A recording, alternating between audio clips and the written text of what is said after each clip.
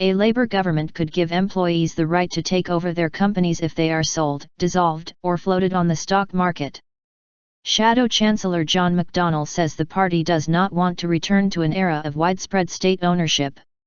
Instead, Labour would look to expand cooperatives and explore giving workers the right to own. David Cameron has accused Labour of wanting to turn back the clock to the days of state ownership and strikes. But Mr McDonnell tackled this claim head-on in a speech in Manchester, saying Labour had to move on from its traditional belief that state ownership was always the answer. Whatever the achievements of the past, we cannot simply turn the clock back, whether to 1997, 1964, or 1945, he said.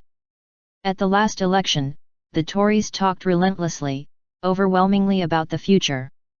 Labour, strikingly, did not. We cannot allow that to happen again. We cannot be small c conservatives.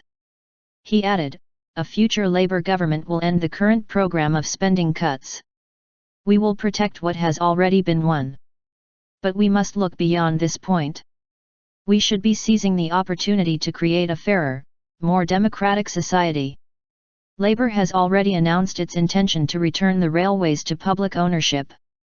But when it comes to the wider economy, Mr McDonnell said Labour should look elsewhere for solutions, and draw on its tradition of supporting workers' cooperatives.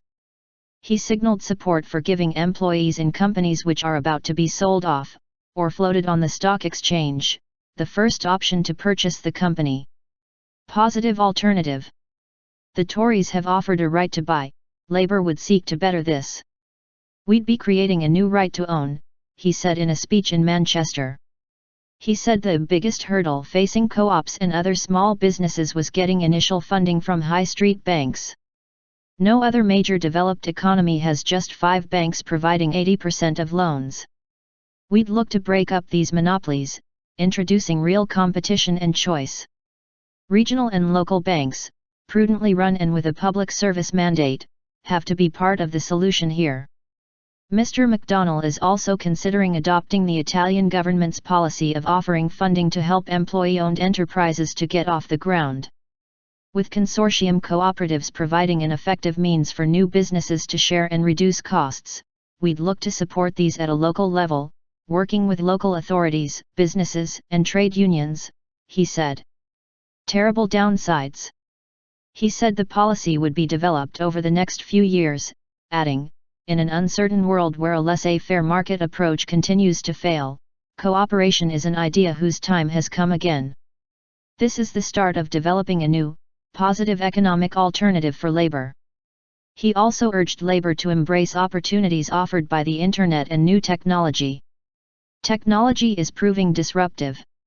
It can have terrible downsides, de-skilling and an accelerated concentration of wealth. But it also opens up new possibilities, the explosion of sharing that the Internet can provide. There is an entrepreneurial spirit at work here, not the theatrical meanness and one-upmanship of Gordon Gekko, but a desire to create something better for us all. Chief Secretary to the Treasury Greg Hands said Labour represented a threat to our economic security. He added, now we know the truth. Labour is planning another debt-fueled spending spree and a huge tax bombshell on the businesses that have helped to drive Britain's recovery from the economic mess they left behind.